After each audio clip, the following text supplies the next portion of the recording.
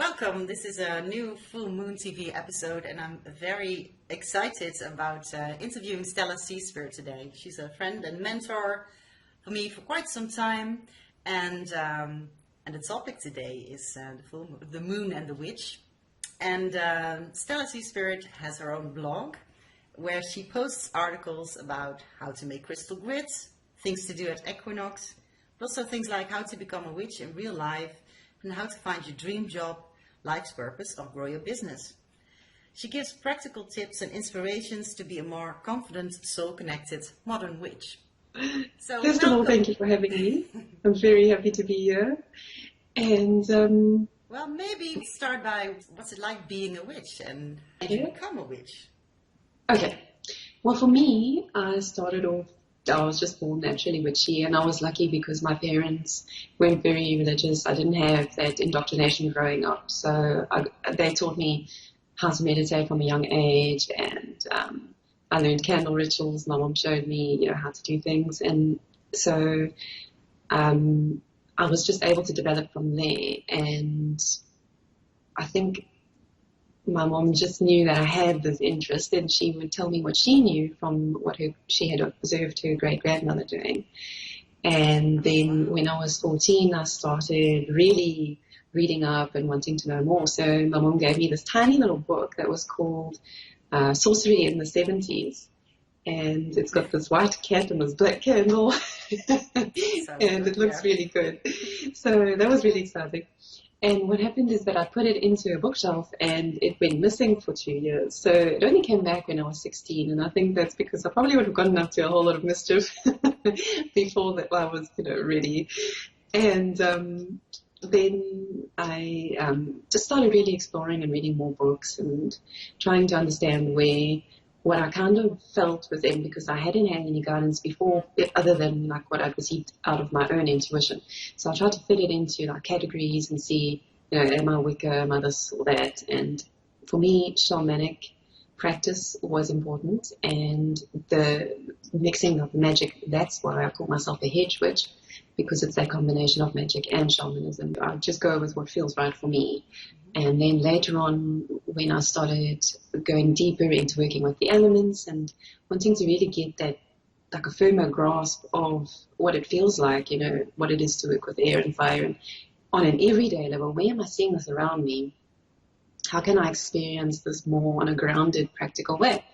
And I started looking for courses, and by then I was around 21, and I just couldn't find something that gave me like that experience that I felt I really knew what it felt like. What does air feel like, or what does that zodiac sign feel like?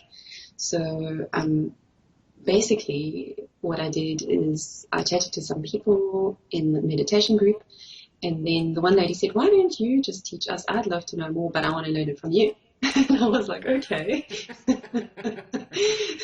Yeah. And that's when I actually sat down and created the course that I would have liked to have had when I was really looking for that experience. And so, yeah, I've been teaching since then.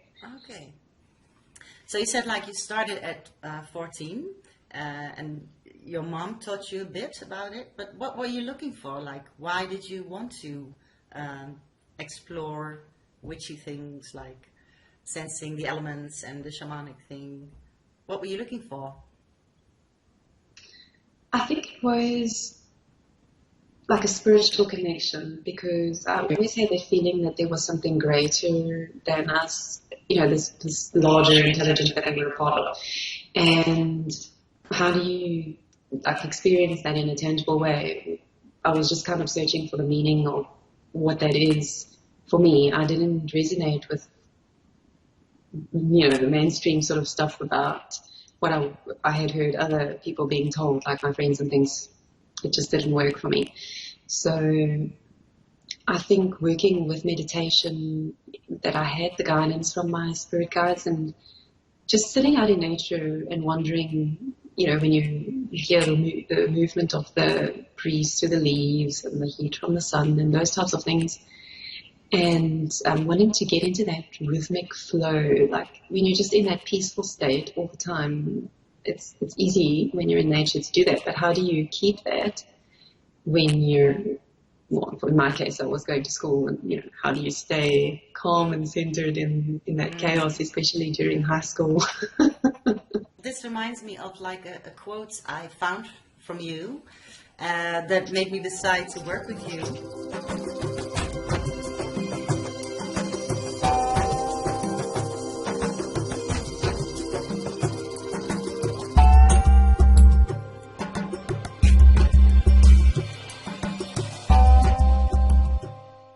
Your blog is about witchy things, and you're like being a modern day witch. And at first, well, it did appeal a bit to me, but what really drew me in was that it's actually really about, getting more in tune with yourself and with nature.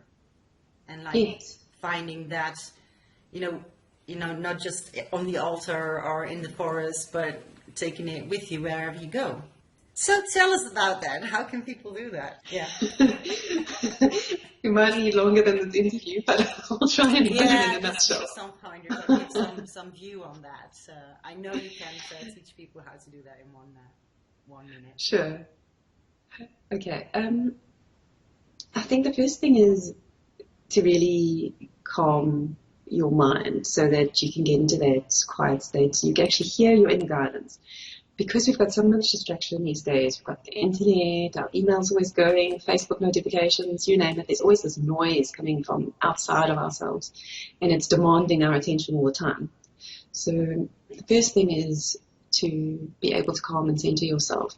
Now, you don't have to do meditation like in the traditional sense. I know a lot of people find it difficult to sit for long periods of time, and essentially they try to think about nothing and stop their thoughts, which is where they go wrong, because you just can't stop the train of thoughts. What you can do is you can allow it to flow through you.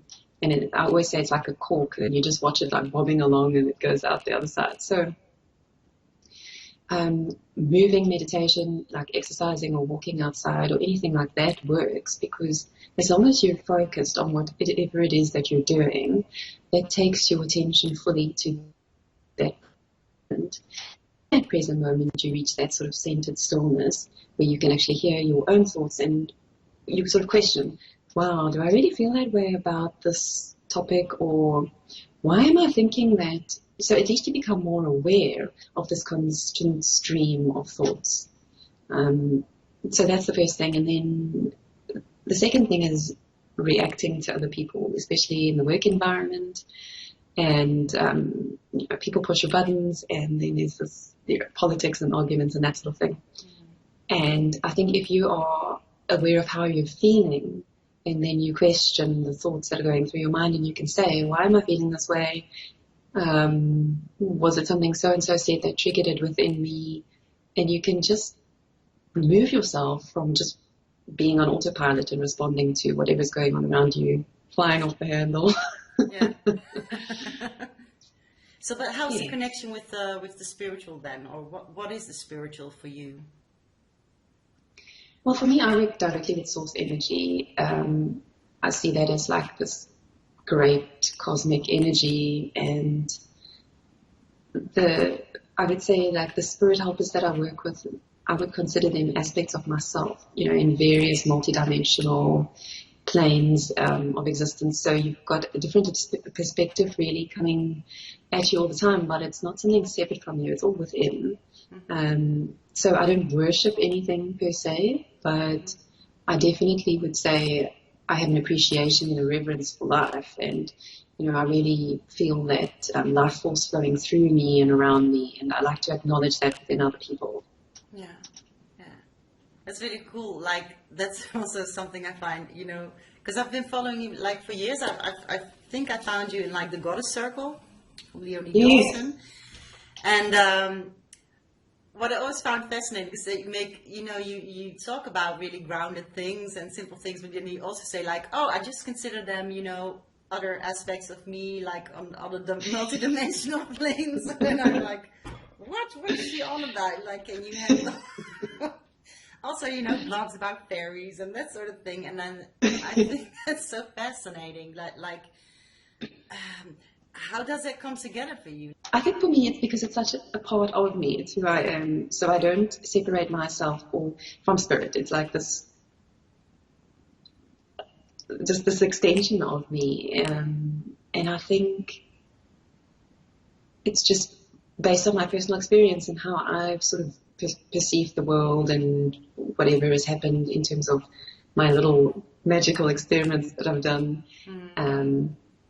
It's kind of part and parcel of my whole being. And I think a lot of people like you say that you resonated with that because you found that it's grounded and practical and you can still implement it in every day without being, considered bizarre. Yeah. But, there is I'm something reminded that you great. said, like, are you afraid of being too weird, Monique? So, no, I'm used to being weird. Well, Yeah. what is weird? People who want to conform all the time think that anybody who's not conforming is weird, or if you have an opinion that's different to theirs, then you're mad. Why? It's because you believe in things that they can't see. But it's maybe just the case that they can't see it yet because it's a different vibrational field. I mean, we know scientifically we can only see certain colors, in the spectrum. So animals can see different colors to us. So, that doesn't mean that those right? colors don't exist. Yeah, true. And I also feel like a lot of time people don't even want to talk to you. Like if you just say something that's scary to them or out of the ordinary. So you said like you started this journey and you couldn't really find teachers. So where did you get like your information or your worldview from? Did you like have influences that supported you? Well, yes. My parents were studying Rosicrucianism while I was growing up. So Rosicrucianism. Okay, yeah. So when I would ask questions, my mom would explain it from that point of view. And I certainly agree with a lot of their teachings. I think the original intentions, like with any kind of religious order that was established, is that they were infiltrated by people who twisted the teachings and used it in a manipulative way. So I think a lot of the teachings have been watered down. I mean, some of the stuff has been carried through from ancient Egypt, but then things were already twisted and manipulated there. So like any of the religions, they start off well. This person sort of comes through with the teachings, and as a prophet to say, this is the message. And yes, the underlying message is love, but then man goes and twists and turns it around and makes it, I'm right, you're wrong, and this is the way it has to be. So Freemasonry and Rosicrucianism and all of that, even the Illuminati, they initially started out well and then were infiltrated by bad seeds, and then they were used as covers to do things that manipulate the mainstream population. So I found the structure and some of the answers that I was looking for there as I was growing up. But then when it came to more of the magic and the shamanic sort of journeying and working with the different realms, I found there wasn't a lot of guidance. I mean, my mom had been studying shamanism as well, so I could also ask her some questions, but just in terms of what I was exploring, I didn't find something that was resonating really well with me. I read a lot of books about Wicca, and I understood a lot of the things that were taken from the Order of the Golden Dawn as well. So it was quite similar to Rosicrucianism, but I found it a lot like rigid and the structure was there, but it was a bit too formal. And that's when I went a little bit more to the shamanic side and explored that. So then I really mixed it to what worked. I just took bits that worked for me, really. And yeah, that's what I always say, like, I'm my own little thing. Yes. Which I think is good, and everybody should really do that, because it's not right for me to tell you what you should believe and how you should do it. I mean, I can only share my experience and my perspective, and then you take it and translate it to work for you. Yeah, that's what I find, like, and it's also like, I could never find something that completely, that I thought like, okay, I can completely take that on, and, Yeah. So that's good. I like that, that it's about finding your own way. Yes, absolutely. Yeah. And so you already mentioned, like you said, like you consider source, like spirit, you consider like a source that's everything. And how do you work with that? Well, I suppose you could Yes, explain say that in a minute. Yeah. I really would visualize it as light energy. So what I do with most of my meditations and teachings is I let you open up your chakric channels. So you bring the light in through your column, along your spine, so going into your crown and down into the earth out through your feet. So what that would be doing is just representing you drawing in that energy into your being and letting that sort of filter throughout your cells and your energy field. Because a lot of people don't do that on a daily basis, and they're sort of cut off from this energy, and then they wonder why they have depression or fatigue, and a lot of it is because you're just not replenishing. You're cut off, and you don't even know how to replenish because nobody taught you how to do it. Can I, like, because you already shared it, like, this was one of the things that you told me, like, just when you wake up, just do that. That's like a minute. You can even do it when you're on the toilet. Not preferably, but it could be. And I found it so powerful, like, Yes. because it's also like making yourself remember, like, that's the first thing you do in the morning. So remembering that you can get, you know, a battery recharge. And yeah, so that let's kind of to strengthen your connection to spirit or to all that is, or Yes, and it's actively inviting that energy into your space because you have free will. So if you don't do that, you're not going to experience it because you're shut off to that potential. And the other thing is that what you focus on expands. So the more you bring that into your life, the more you want to experience synchronicity and magic. That's how you do it, is because you're focusing and placing your attention there. You're not waking up and immediately thinking about what do I need to do today? The kids need to get this or that, or I need to remember to get this at the grocery store.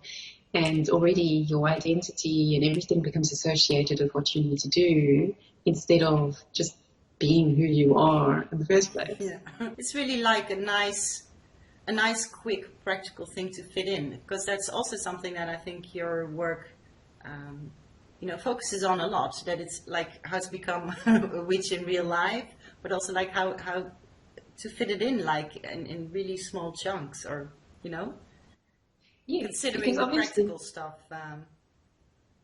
yes, obviously we've got things to do, and it's got to fit in with your lifestyle. Otherwise, you're never going to get it to work for you. You're always waiting for that perfect moment in the day that you're going to have time for it. It's better start now, whether it's 1 or 2 minutes, and then you can always get that to 20 eventually. It's just start. Yeah, because it's also that's something I wonder about. Like now we're talking, like I've known you for feel like for years, but what is your lifestyle like in regular life? Because I know you use like a magical name, and I know that you also have a life outside of that. But how does that work for you? Because you obviously know something about mixing it in with your regular life. So you're not a witch like who's sitting on the mountaintop all day. Oh, no. No.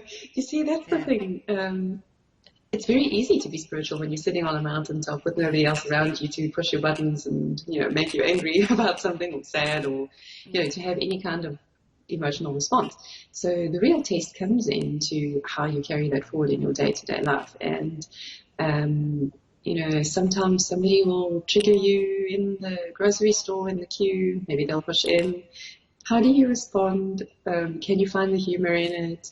Can you maybe consider that they're going through something in their life that, just let them go. Obviously you need to do this, So I like playing with that idea and just exploring what could be going on in that other person's realm that makes them, act the way they do. Yeah, I'm reminded, I don't know if you noticed this, like I had this conversation with you that I was upset about a driver who was driving way too fast, like in a street where people were walking, and that I called him a dick. And then he said, well, maybe he needed to hear that. And I was like, that was so funny. Like, oh, Well, exactly, because spirit will communicate through people, and you might just be the voice that he needed to hear that day, because next he's going to do something and perhaps injure someone. So if you hadn't said it, maybe he wouldn't be cautious the next time. You never know. No, but I love that so much, because I was stuck in myself, like, oh, that wasn't very, very spiritual, to call him a dick, and I was really kind of loud about it, but like seeing it like that, that's, maybe that did help, or did do something that needed to happen, and and I also like that spirit talks through people, because people are, often think that magic is something like out there, but it's really like, I also remember like that I was, really depressed one day, and I was walking on the street, and then you just regular guy that came up to me and said, you could smile, and that, and then you think like, yes, it's like gifts like that or messages like that come through people. Yes, that's the thing. Yeah. I mean, his spirit helper or whoever just inspired him to walk over to you and say that, and that's the message you needed to hear. It's perfect. And, the other thing is sometimes you have a question on your mind and you're just walking through the street and you overhear someone else's conversation and it actually answers. Or even if you just space out and you watch TV, there's an advert and you just catch like this phrase or the slogan, and it's like the perfect answer. It's completely irrelevant. I mean, it could be about toothpaste, but it just gives you the answer. That it makes you click in. Because I also think it's like, it's very connected to creativity for me. And I think like... for me, it's like comes from the same place as, being creative, like, oh, things just click, where others won't see it click, it clicks for me, because it's also personal. Yes, absolutely. That's how you know the message is meant for you, because otherwise you wouldn't receive it. Yeah. Yeah, and I also noticed, like, when we talked about it, that I realized, like, oh, I noticed more and more that sometimes I am used like a messenger, or that I just... something pops into my head and I think just say it. It's probably something that has to land there. It is, and it's the other thing with the spiritual sort of mindset. A lot of people think, oh, no, you can't swear because it's not good and you shouldn't do that. But, I mean, really, if you think about it, nobody in their human form is perfect. We have the emotional flaws. That's what we're here to experience, because in our soul state, we don't have those emotions running through us. We don't know what it feels like. We come here to experience those emotions. Mm-hmm. And to make us feel wrong about the way we feel isn't helping anybody, because then you feel guilty, you feel ashamed, those types of things, and you suppress it, and then eventually it boils out in a different area of your life. This way, you accept, I mean, you can be spiritual and get triggered, you get angry, you get sad, but you move through it a lot quicker because you return to that center space more often. It becomes like this habit, so you don't stay angry for days on end. It's maybe an hour or two and then you're over it. But you've at least processed and allowed that emotion to move through you, instead of bottling it up and keeping it to erupt at another point. Yeah, I've worked a lot on my emotional things, because, also from the life coaching line. But, I thought like it's sometimes really refreshing to like step back from it, but also like accept that I do get angry sometimes. It's something that also like it's a part of me, or it's something that's... connected to me, but it's also like makes me, fiery, or energetic, or pushing through things. So yeah, it's more of like a whole. And society sometimes, they've got a twisted version that you're not allowed to act that way or be like that. But is that really that wrong? That's the other question. Yeah, because sometimes I think there are things, there are a lot of things in this world where you feel angry about, and like. It could also get you into action to right wrongs, and to, get more active. Like, I'm an activist, that. Yes, so, and I mean, you've got to, I think if there's something that you're passionate about and you feel you need to speak about it, then that's a sign that it's part of your purpose for being here. You don't want to bottle it up and never say anything and then get to the transitory phase and find out that you didn't fulfill something because you just kept quiet because you thought that would be best. Yeah, that's a nice perspective. I also think like in religion, like I was raised like a Christian, like a Catholic. I went to Catholic school and that sort of thing. But I also thought that that's really what was very harmful for me was that like with this guilt stuff and like that you're a bad person and trying to be a good person and just it's not really being a person. Like it's not with all the things there are to being a person. Yes, and it makes you wrong all the time, and it removes you from your center because your center is saying, I should feel this way, or let me just process this for a while, and then you go, no, you're not allowed to do that because that's wrong. I have a surprising large number of Catholics in my courses, and yes, clients. I think that a lot of them are recovering. Recovering Catholics.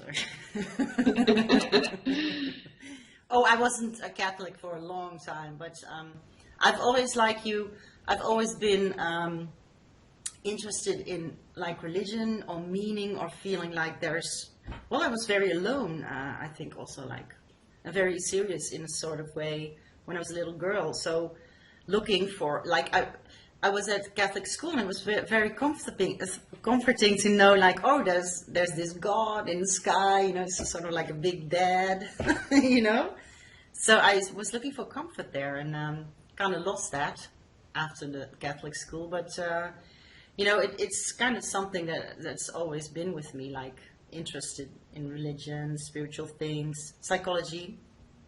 I studied psychology, so did you, I think, right? Yes. Yeah. Yes. So that's the thing you're drawn to then. Oh, absolutely. It just sounded fantastic. But then when I was actually studying it, I was going through postgrad and when am I going to get to the good stuff? When am I really going to get to the path that I'm interested in? And it was just always somebody else's theory, very sort of clinical. And then I started realizing this isn't quite how I wanted to go. And I'm very pleased now that there is at least a branch called transformational psychology, which does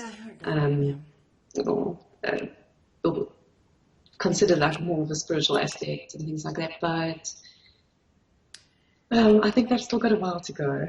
Yeah, I found that very disappointing too. At first I found it very refreshing because I needed to just completely let the spiritual thing go. So I thought it was very refreshing to, it's all cells and biology and there's nothing there and it's just a big fluke.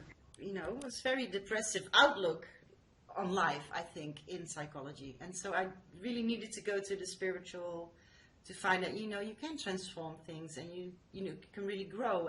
Yes. And I think that, the way they've tried to separate everything from spirit, the science is separate, it's not the same thing. When they're so part of each other that it can't be separated. That's why they're all the missing pieces and nothing seems to really make sense or add up. I mean, even when we were studying like how the brain works and with the synapses firing, and then they're telling you in this textbook, like, this is how it is done. But it's all theory. Nobody really knows. No, I know. I found that fascinating that they said, like, neurons can't grow back, or they, it's gone, you lose them. And then like find out a couple of years later, they turned that around. It's not true anymore. But that, for me, actually, what you said, like the separation between spirit and science, what got me to step over was the movie, you probably know it, like, What the Bleep Do You Know? Yeah. So I was watching this when I was kind of at my low, and that was like, oh, wow. And then it turned out like my boyfriend or husband, or we're not married, but, we have children together. But then I found out that he knew a lot about that, metaphysics and stuff, but I just didn't get it before. I just didn't get the link. Like, it's about the same thing, and you try to study the same thing, but not, separate. You're not trying to take one ingredient out.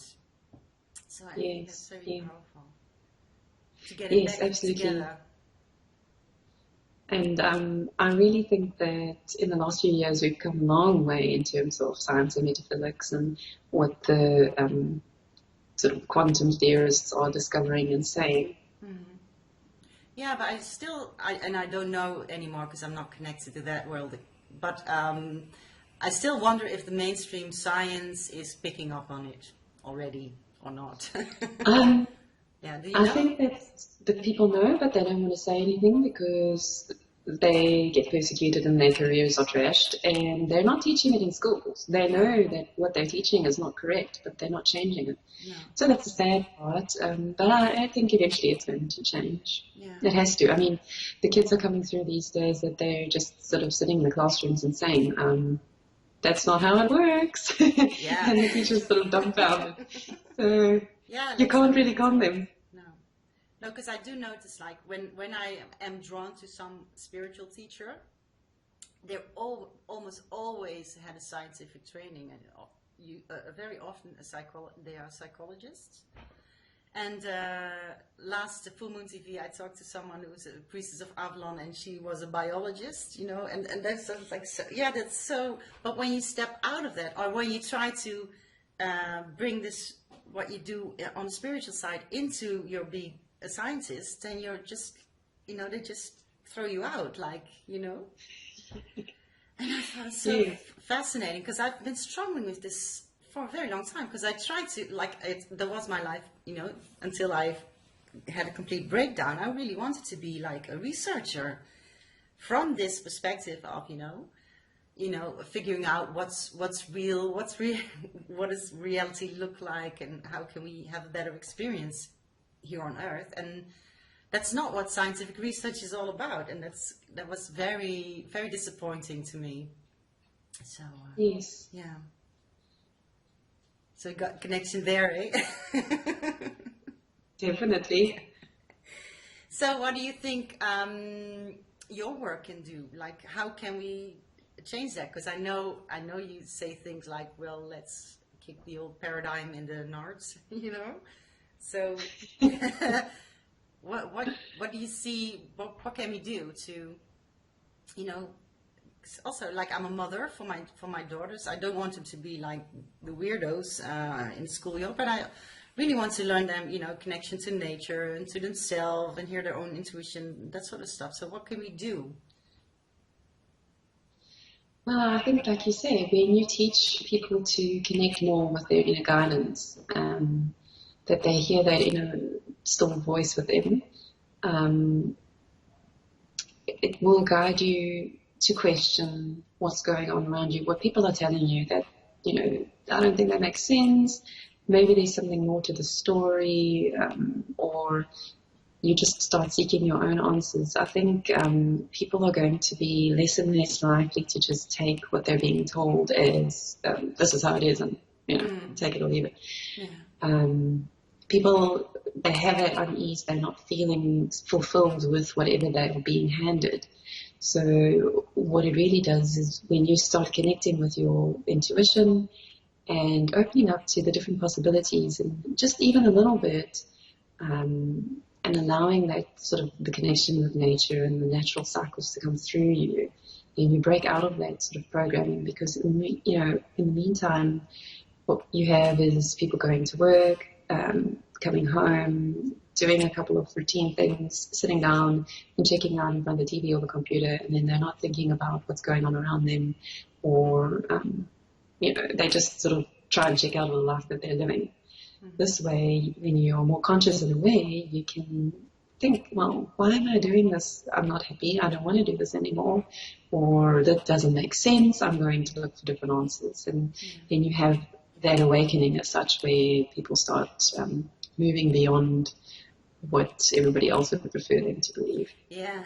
And while you're saying that, I think, like, I'm thinking back at where I was at, 14 or 21, and when you're trying to find answers at that time, there was no internet. So that's also something it's very easy nowadays to find more perspectives and more views, and you can get a whole education out of the internet.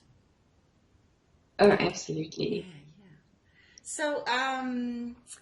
So I really wanted to also ask you, like, why did you because we discussed the science and spirit thing, why did you decide to call yourself a witch and make that your thing? I would say I kind of thought about it for a while, about the label that I was going to use. And I really liked the idea of taking the word witch and owning it, making it something that's not negative anymore. Because so many people have this negative connotation, and they're interested in magic and, the elements and the moon, and they want to do all these things, but they don't want to call it witchcraft or call themselves a witch because, oh, that's bad. And that's because of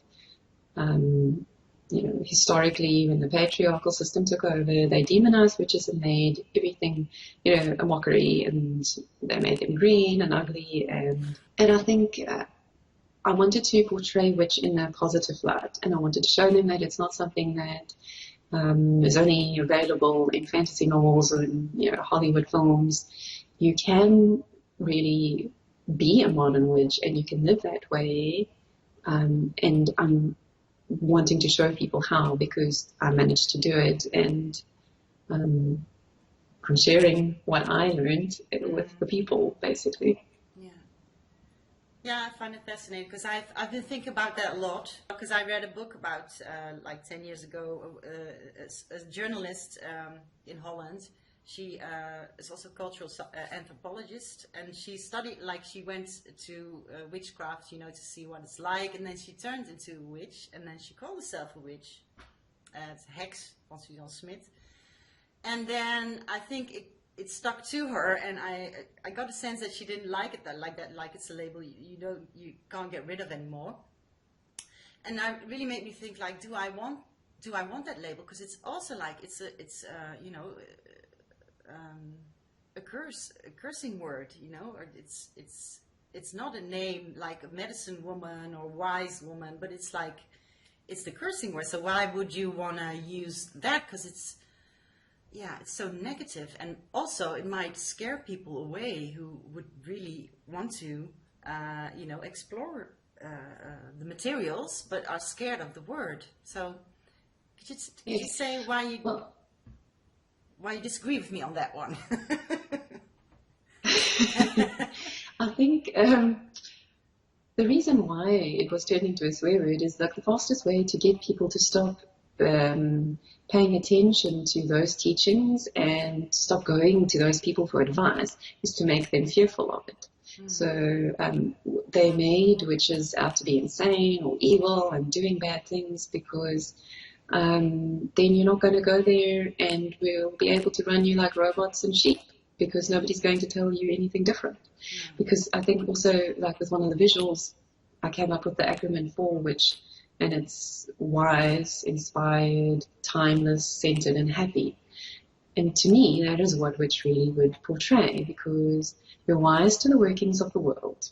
You know that if you consider your thoughts and your feelings and your actions, and you align them with the cosmic energies, you can make things happen. And then it looks supernatural because, so-and-so has done this, and why are we still doing this? But that's just because they're too scared to act or do something other than the norm. So if you keep doing the same thing, you're going to get the same thing over and over.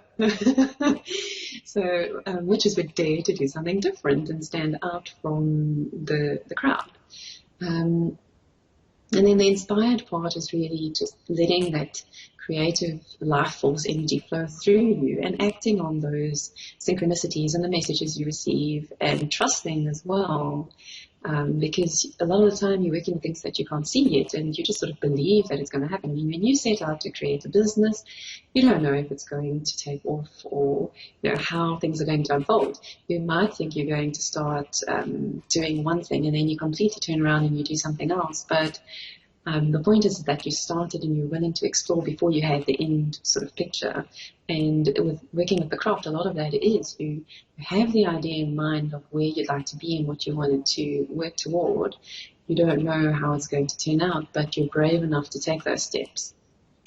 And then timeless, well, we just work outside of time and space, because we've been told there's this linear sort of time, it's A to B, it's a straight line. No, it's not. It's a cycle, and everything is that spiral nature. So I think that with witches, we're more inclined to allow ourselves to experience different possibilities. And even if it's just through imagination or meditation or visualization, however you do it, it's allowing yourself to take that, the conscious mind off of what's in front of you and just to entertain the different possibilities. And that's how you sort of upgrade and step into different frequency, which allows you to experience differently. So that is, it's working outside of time. If you were thinking along a straight line, you're only having this one narrow point of view, and it's got to happen this way, and there's no other possibility. Whereas if you're open to more potential, then there's various means that things can happen for you. Can I just add something to that? Because I find that Sure. what I'm doing in my business, and what I find that a lot of people are attracted to and are looking for is the sense of time, and like how things speed up and how stressy things are. And they're really, actually, I think they are looking for this information, like that it's, you can, like if you quiet down, time quiets down, and it's a circle and a spiral, that sort of thing. It's really, I think, powerful, also for changing how life works for your Absolutely, sense of because you get people who say that they can manipulate time or speed it up or slow it down, and it's your state of consciousness, and it's also what you're doing. Are you enjoying what you're doing? Or is it something that you would rather be somewhere else instead? And it always feels like so long when you're doing something unpleasant, and then when you're doing something you enjoy, it just goes by very quickly. But it's the same as where the saying where the watched pot never boils, and you're standing there waiting for it to boil because you're expecting it to boil and it's not boiling yet, but you're focusing on the fact that it's not boiling.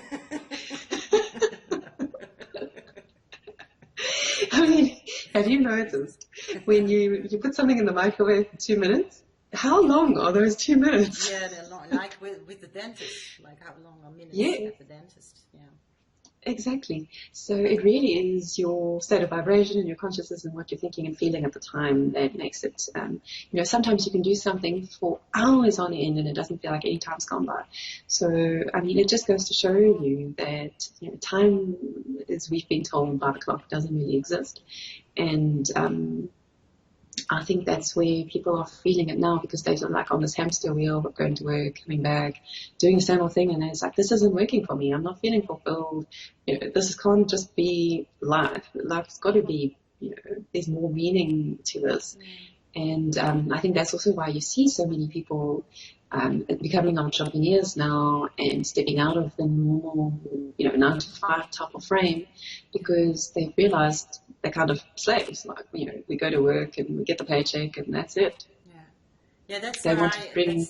That's why I choose to focus on, like, because I like to, like, I always feel like, if I call myself a witch and that sort of thing, that people don't, it's, I don't want to learn witchcraft, but it's like, and that's also something that's really true, of course, but it's also about, lighter living, like really experiencing life as lighter, as brighter, as, more timeless, more yourself. And, some of the things, like issues that some people make, that's not really an issue. That's not even important right now.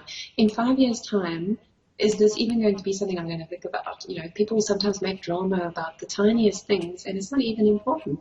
Mm-hmm. So I think that you have that awareness. You start questioning, well, is this really worth my time? Should I be here? Is this the right person to help me progress in life? All those types of things start coming up, and then I think that's also where the age from which comes in, is that happy part, because you feel more authentic, at home in your skin. It's like this comfortable feeling. It's like, it's okay to be you. You don't have to be like everybody else. You didn't come here to be like everybody else. You brought your unique talents into this realm so that you could contribute to the greater whole. And, however you bring that into the world, whether you're writing or painting or dancing, it doesn't really matter. You are expressing that part of your soul, and other people are benefiting from it in some way. There's this positive impact, and then that ripples across the planet, and other people can sort of tap into that energy, and it's like that domino effect. Yeah, I like that too, because I have like a lot of creative women drawn to me, like, and they have a problem with being just an artist, or, you know, putting art out there or making stuff and putting it out there because, you know, they feel it's unimportant or that, you know, or they're self-confident about it. But it's really like, that can be your way of, you know, expressing something that someone else needs to see or hear. You know, that can Absolutely. be very profound for someone else. Yes. And I think with the old paradigm, what they did, they suppressed the witches and all that knowledge. They also made artists look bad, or, you know, that's not contributing to society. Don't do that. And then that's why so many people, like over the years, have been starving artists, because nobody supported them, because they were told, you know, you're not doing anything productive. You should be, you know, working, hammering away at something. I don't know. They suppress that form of creativity and that expression because people get inspired when they see these works of art, and it just opens up something within your heart center, and you realize, you know, there's beauty within is reflected, you know, externally. So I think that's also why they shut those types of things down, because if you look back in history with the Renaissance, look at all the amazing stuff that happened during that period where art and music flourished, and then it suddenly shut down. Yeah, I think like art is freeing in a way. You can, and I think it's probably dangerous for people who want to keep things the way it is. Also reminds me about a nice quote, but I can't, like from Alan Rickman.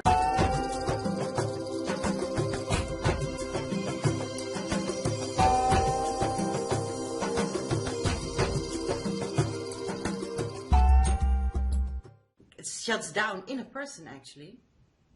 You know, you get shut down on, okay, you can't do that, it's not useful. People, you know, you have to get over that, like over the things you think society will think of you. Like if you call yourself a witch, if you try to figure out spiritual stuff, if you try to be a creative entrepreneur, that sort of thing.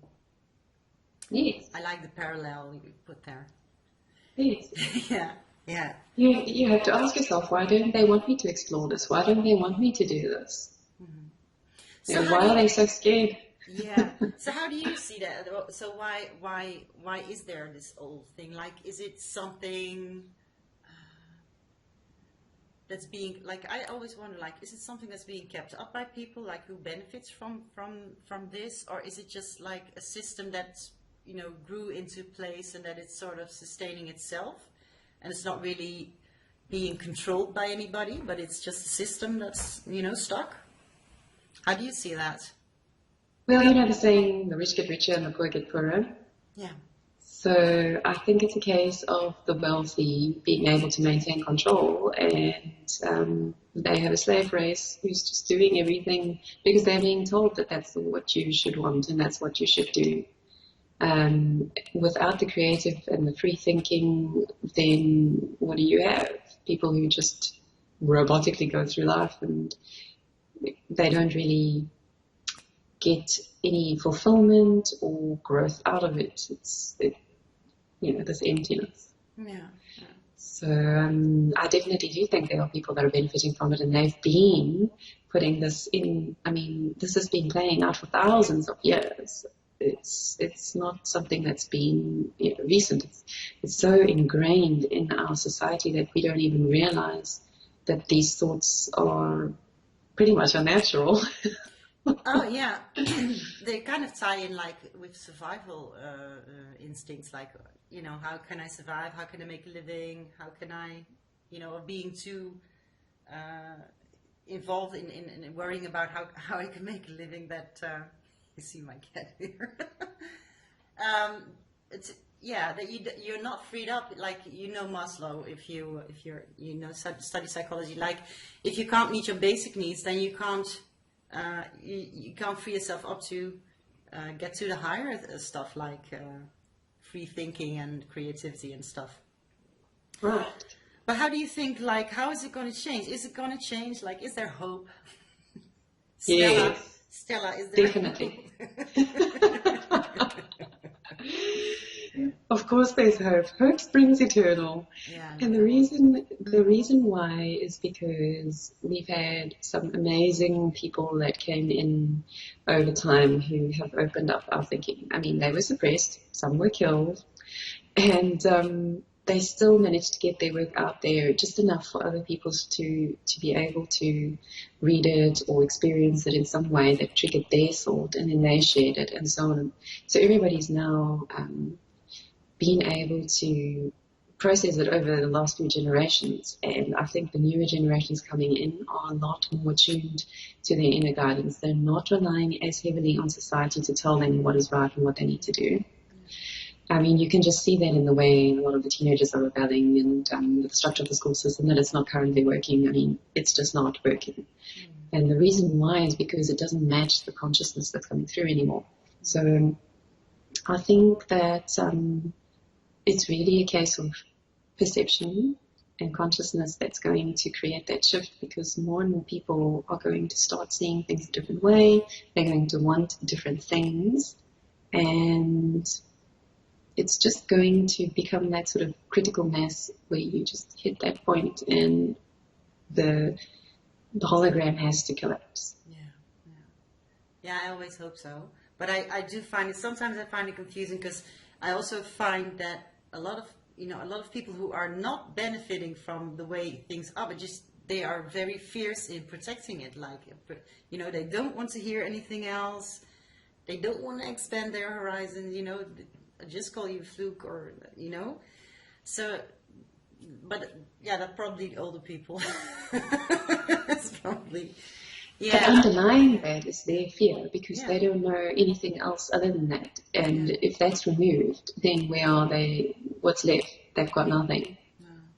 No, and it's also like, because I'm very big on, telling people to break through that blocks. And the block is usually that, just open up. Like, but they're so afraid, even if you say, like, you're doing this for yourself, and really you're going to be so much more happy on the other side. They're just scared of trying. So maybe that's a nice question, like to what do you say to people who think it's scary, magic and Well, the first thing I always say is that they need to trust their heart. It's often something that they've been drawn to from childhood. They've been told it's wrong.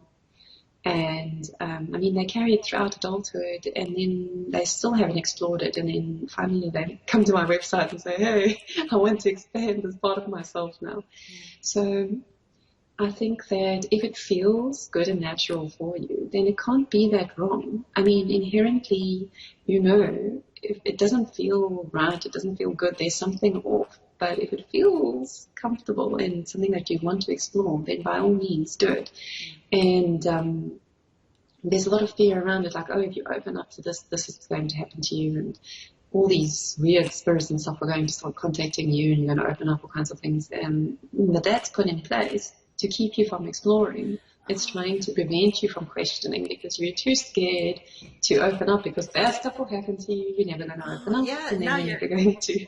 Now you're saying that, I kind of remember that's also stuff that I was scared of, like I would see ghosts and that sort of thing, Also scary stuff, and that, like the poltergeist movies and that sort of thing. And so you're saying that's not true at all, or I didn't find it to be true, but yeah. I would say that poltergeist activity is usually related to strong emotional undercurrents. That's why it's prevalent when teenagers are in the house, and it's psychic energy. Things could be repressed, that type of stuff. It's really like a kind of an acting out of the energies. But when you think about ghosts and stuff and seeing that when you open up, I don't know why. Obviously, with the programming in the past with witches, everybody assumes that you're a medium if you're a witch and you have to talk to dead people. That's not always the case.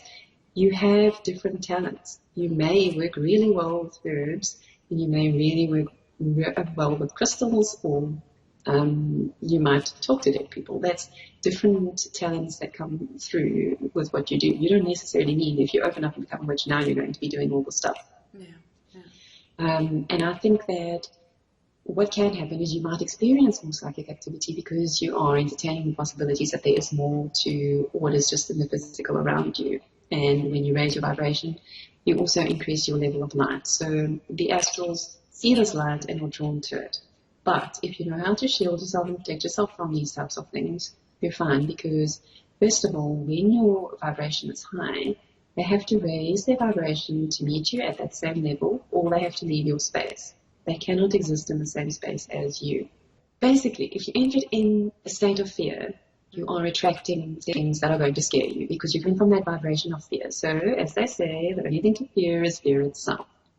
And if you are really that fearful, to start off slowly and to learn how to shield yourself and do the things that you don't feel fearful, and then you can proceed to do other stuff. But I mean, in terms of connecting with the elements and with the moon and stuff, you don't have to open up to spirits or anything of that kind. You're just connecting with the different energy, and I mean, sitting outside in moonlight or sunlight, it's not going to harm you. It's perfect that you say that, because I all of a sudden, like, talking to you for an hour, I think like, oh yes, it's full moon TV. We're supposed to talk about the moon. Because I got this great blog post of you that I will share on my blog, that it's about, having a full moon ritual and stuff. But maybe it's a good idea, since it's the full moon TV, like, what is moon magic to you? So we all know that the moon reflects the light of the sun. And when you look at it symbolically, the sun is the conscious self and the moon would be the subconscious. So essentially, the sun is like this big heart center. It's like this intelligent sort of electromagnetic center where different frequencies and light codes are channeled from different galactic centers and planets and things, and it floods our planet. And then on a subatomic level, we can receive that energy, and whether we know it or not, it affects us. So when you work with the moon, obviously you're working with the more powerful subconscious part of yourself, which is always aware of everything all the time, instead of the conscious self. Because often when you want to create something from the conscious level, you come up against blocks and you don't know why this isn't happening. And that's usually because there's something on a subconscious level that needs to be processed or worked through, or due to some kind of programming that you don't even realize you've got this tape playing in the back of your mind. So when you become aware and work with the subconscious, either with meditation or journaling, whatever you do with the different lunar phases, you start to open up to that part of yourself, and you get to those insights and you realize, oh, that's how I'm feeling, or that is the pattern that I'm experiencing, and that's what's holding me back. It's not really this person or something, it's something else. So I think working with the moon is really about attuning to those rhythms and the cycles of, as the light grows, then you can create and bring more things into your life, like this, that constructive energy. And then you go to the part where once it's full, you can actually sit back and just appreciate what's going on, evaluate, and give yourself credit for what you've actually done in the last 2 weeks, because very often we don't give ourselves credit. No. You've been working hard on this goal, but you don't sit back and say, okay, this is what I've done and I'm satisfied with it. Look at how good this has been for me, or something to that effect. Or maybe if life threw you the curveball, you can say, okay, this happened and this is what I want to adjust now. So if coming off of the full moon energy, when the light starts receding and you're going more into the depths of the subconscious, even more things can surface that will help you get over those like roadblocks that you encounter, and you might get the idea to take action on something. So that's like your action phase, where you start implementing the things that you thought about during the creative phase. And it's also about the cycle of rest, and when you should actually be moving forward with something, because we can't just be on all the time. We need to switch off and relax to receive the guidance from ourselves sometimes, and we just need to allow ourselves to recoup that energy that we're putting out into the world, because you can also keep putting stuff out, but you've got to get that balance of stuff back, whatever you're putting out. You can't just keep giving and then wonder why you're not getting You've got to allow yourself to give. Yeah. So when you work with the lunar energy in that conscious way, you're synchronizing with those types of energies, and that helps you really experience more of that synchronicity, ease, and flow in your life, because you're not pushing against something. Like when it's dark moon, when you should be resting and rejuvenating, you're not trying to launch a new product or advertising campaign or something like that, where you should really be just introspecting and relaxing. So yeah, well, I think that's a lot kind of of the time, that's where I started getting back to witchy stuff, like when I was like having this burnout and reading about the moon and the moon phases, and I thought like, oh, that's really working for me, or it's something that's missing. Like I've been on all the time, but then I know it's like trying to live with that in society is kind of hard, because like I don't like I have this job interview and they plan it on a dark moon. It's nothing I can do about it, or not a lot I can do about it. And that's that's why I thought like, okay, I'll have to change the world then. But well, that's the thing. At least you're aware. Yeah. The job interview is on the dark moon, so you know that people are going to be more introspective, and you could actually play that to your advantage, because in the interview, depending on the questions that they ask, you could take it from that different angle, and you can see, maybe reading by the body language and how they respond to what you're saying. You can use that to your advantage if you just know how the actual energy works.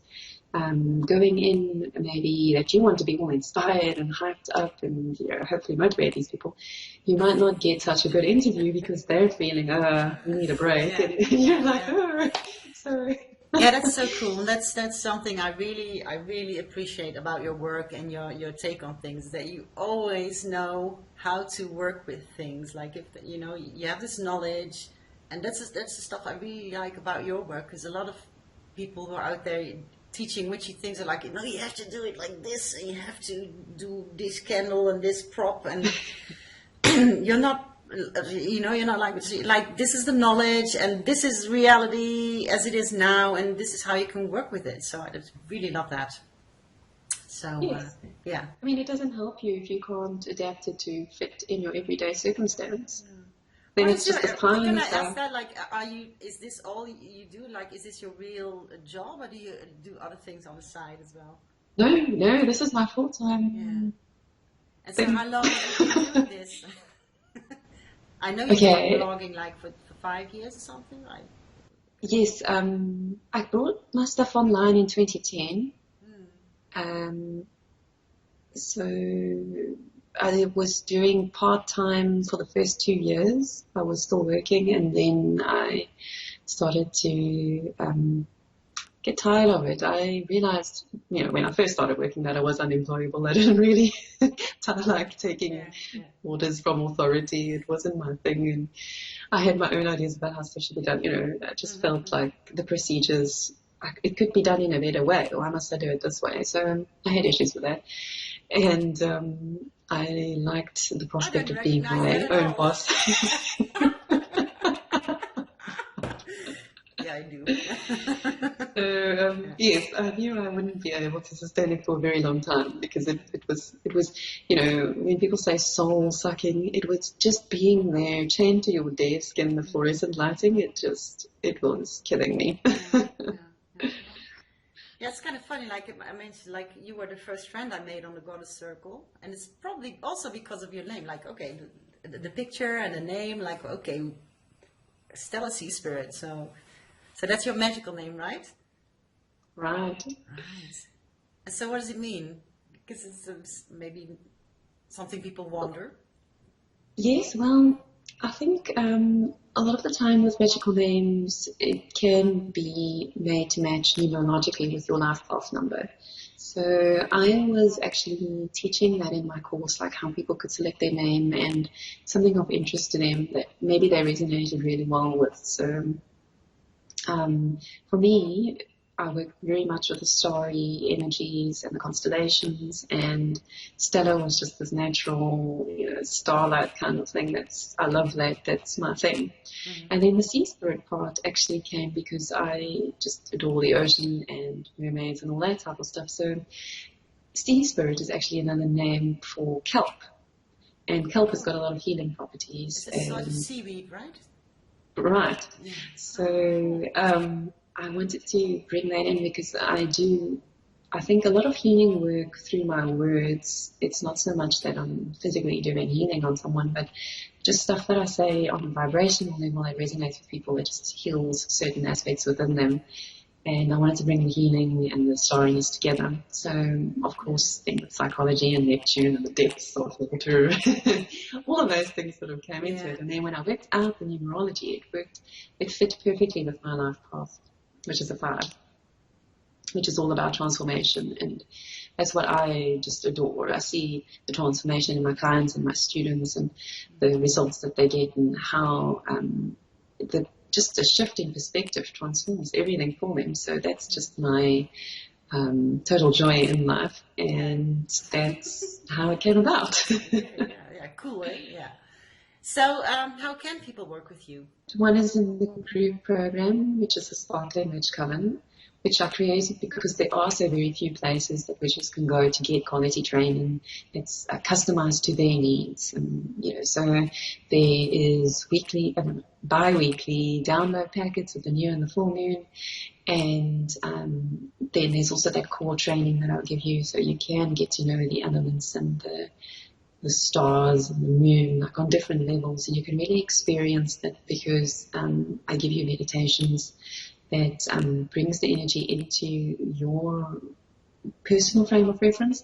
I don't like to use too much description so that a lot of you fill in the gaps yourself and you get to experience those energies in a sort of pure way that I'm not telling you this is how it is, this is what it looks like, this is how it feels. I'm giving you the tools in which to explore it with on your own. Yeah. And the second way is with private mentoring, and that's just really to help you through specific topics, or if you're going through something in your journey that you really want to progress through and you want to know how to apply the techniques that are metaphysical, associated with the philosophy of the craft to that, and how to move forward in a practical way. Like, how does the craft help me in my work, or how does it get me through this rough patch? So that would then be more individualized. Yeah. Cool, and I can vouch for both of those because I've experienced it. It's really powerful, and it's really powerful and really grounded and really helps you grow, and I love it. So I can really appreciate it. Yeah, appreciate it. How do you say that? Go buy it. That's probably what I was also thinking about, like, the first thing I did, I actually did with you in the first step. I thought, like, okay, let's give this a try. It's like those energy blasts. Yes. So you sometimes have those too, right? That's sort of more like a healing thing.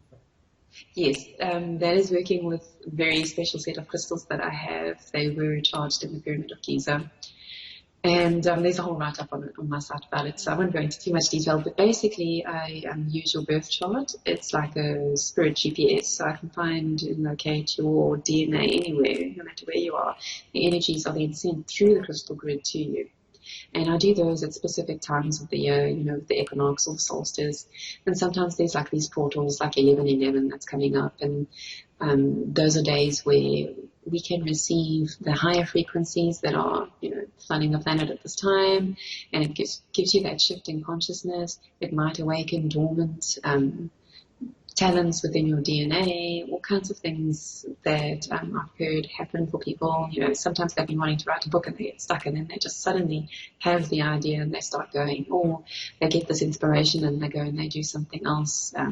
So I enjoy doing that because, again, the transformation element. I don't say this should happen or that should happen. All I do is channel the energy into the grid, and magic happens. Yeah, see what goes. Yeah, I love, like, I didn't tell a lot of people, like, they're like, yeah, I did this, I bought this energy blast from a South African witch, and but I really think, like, when I look back at the time, because I did it at a point where I was really, like, lost for direction, in a sense, and then just this other magical path opened up for me. That's, and a lot of stuff happened, but I really think that, well, it's sort of like the starting point there. So I really highly recommend it. That's the word I was looking for. Well, thank you so much. Thank you. So I want to wrap this up because, you've other daily stuff to do. I'll direct people on my blog to all the stuff we talked about, and your website is stellaseaspirit.co.za, right? That's correct. Yeah. Well, and I want to thank you very, very much for this nice chat and for everything you do for the world. Oh, thank you. Thank you so much for having me. Welcome. Right, blessings. Bye. Bye.